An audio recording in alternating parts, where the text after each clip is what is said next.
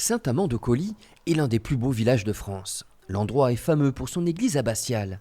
À son entrée se trouve un atelier qui vaut aussi le détour. Ici, on travaille le cuivre. Alain Lagorce est dinandier depuis 45 ans. Sacré meilleur ouvrier de France en 1989, il manie ses outils avec toujours autant de vigueur. J'ai eu des grosses pièces à marteler et environ 6 heures dans une journée, oui. Aussi. Et après 45 ans d'expérience, c'est toujours aussi... Mais je me sens toujours en forme, donc ça va. Dans un atelier de dinandier, la première chose que l'on vous dit, c'est ne pas toucher.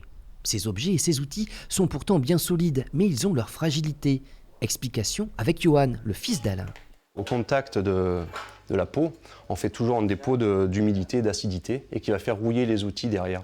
Et du coup, nous, ce qu'il nous faut, ce qu'on a besoin, c'est d'un état de surface polymiroir, vraiment pour répercuter ce brillant sur le cuivre. Voilà. Parce que là, ils ont l'air neufs, mais c'est des outils qui sont plusieurs dizaines d'années. Plusieurs dizaines, voire un peu plus d'une centaine d'années pour certains. La dinanderie est une activité qui ne connaît pas la monotonie. Il est très rare que ces artisans réalisent 2 fois la même pièce.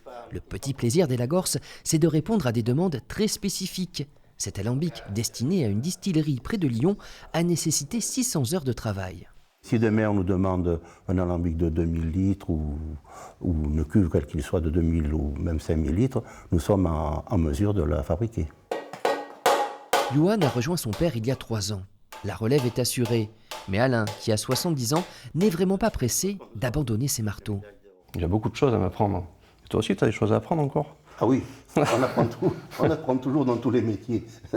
Donc la personne qui répondrait non serait une personne orgueilleuse pour ma part, pour la simple et unique raison, c'est que nous sommes toujours des apprentis dans la vie.